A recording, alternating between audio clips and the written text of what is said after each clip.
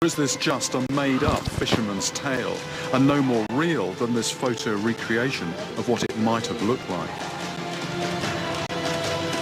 I've faced many of the largest and most feared creatures in the waterways of this world. And I've discovered that you don't need to swim in the sea to encounter a man-eater. Rivers harbour just as many monsters. Ask people what is the most feared fish in the Amazon, and they'll undoubtedly say piranha, electric eel, or even stingray. But I've come to Brazil to find out if catfish are actually the worst of the lot. A true mafia-style family of killers at large. And I've tracked down Sir Valmir, one of the witnesses to this bizarre murder, to hear his story. Basically, there's a bit of a frenzy of fishing activity going on. One of the nets got stuck on a rock. And in that situation, the only thing you can do, if you're not going to rip the net, you've got to go down and get it off. So this one fisherman dived in to free the net. However, what happened was that, he didn't come up. Uma média de 4 horas. 4 horas? 4 horas pela boiada. The net came up, no fish in it, no fisherman. Nothing more was seen until about 4 hours later, when suddenly this huge fish appeared on the surface, and it was thrashing around because the fish was actually itself in trouble, actually choking. The fisherman was actually half inside the mouth of the fish, just the legs of the fisherman sticking out. And what happened then was that the fishermen all went to try and get the fish to net it, and he said, because it was obviously quite tired, it was quite easy, just one net. They got it in and clubbed it to death. They left his body inside the fish and then went to Manaus as fast as possible. Obviously, get it to the police station to make sure that there's no suspicion that it was a case of murder or anything like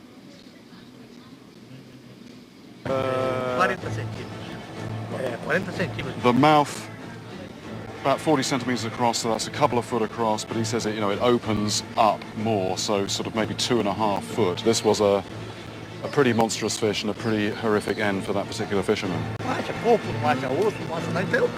He says there are people disappearing all the time and you never find a trace of them. You don't find the body, you don't find bones, you don't find anything.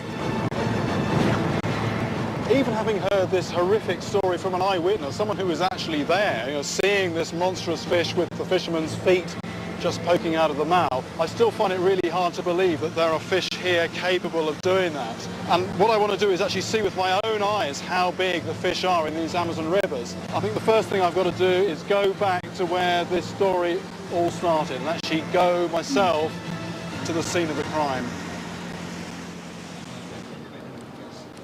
Valmir talked of seeing a 500-pound piraiba, which seems extreme, but photos do exist of some pretty large catfish. There are 3 species of giant catfish found here in the Amazon. The jau, the red-tailed catfish, and the piraiba. This catch was reported to be nearly 8 foot long and some 350 pounds.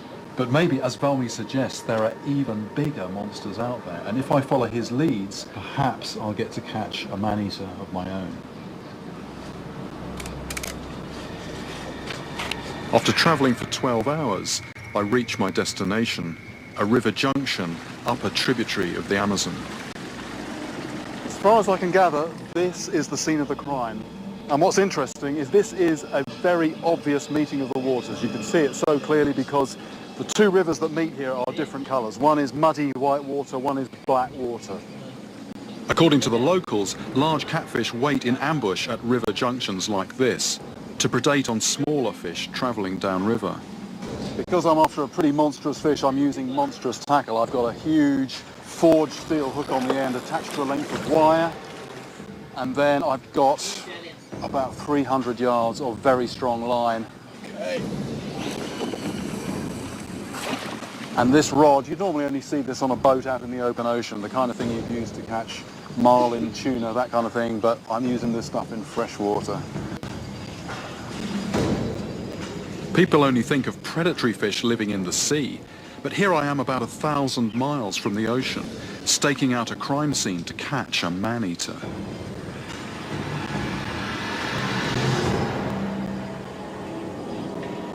Something down there. Just grab the bait, bent the rod, and then let go.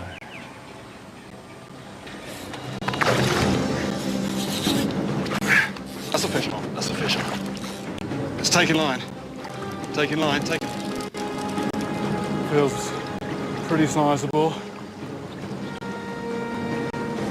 It'll be a little bit decisive and brutal now.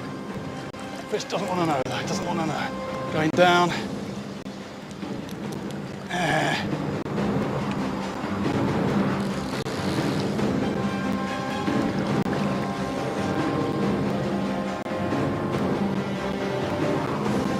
This is coming up in the water, there it is. It's a shoal, it's a good size. This fish is not the Piraiba I was hoping for, but the Xiao is a catfish, and some fishermen claim it can be just as dangerous as the larger Piraiba. But it's not finished. Doesn't like the sight of the boat at all. It has a reputation for being so strong on the end of a line that some people will tell you that it has dragged fishermen down into the depths. This is about 80 pounds, 80, 90 pounds. It's a good sized fish. The hook hold looks good. You might even be able to land it on land. After 20 minutes of hard struggle, I have the better of it. Hey!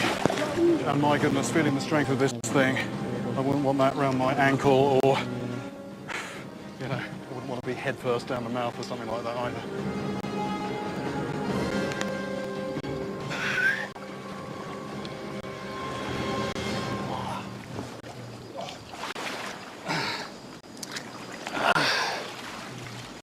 There we go. It looks a really sinister fish, that dark black colour, and it gets that from living down in the lightless zone, you know, deep in the rocky pools, where it just blends in with the